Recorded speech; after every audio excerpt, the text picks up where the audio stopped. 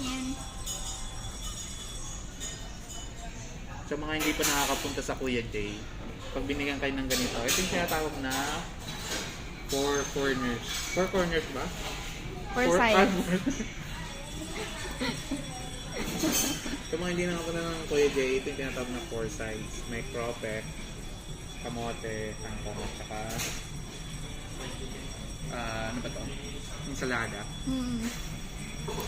So, pag binigay nyo ngayon, ganito na para hindi kayo bago.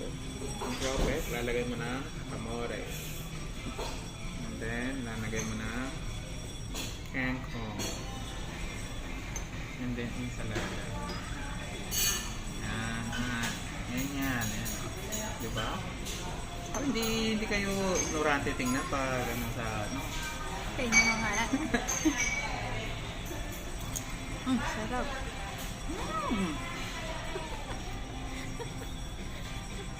Hindi ko ma-describe. Ang sarap.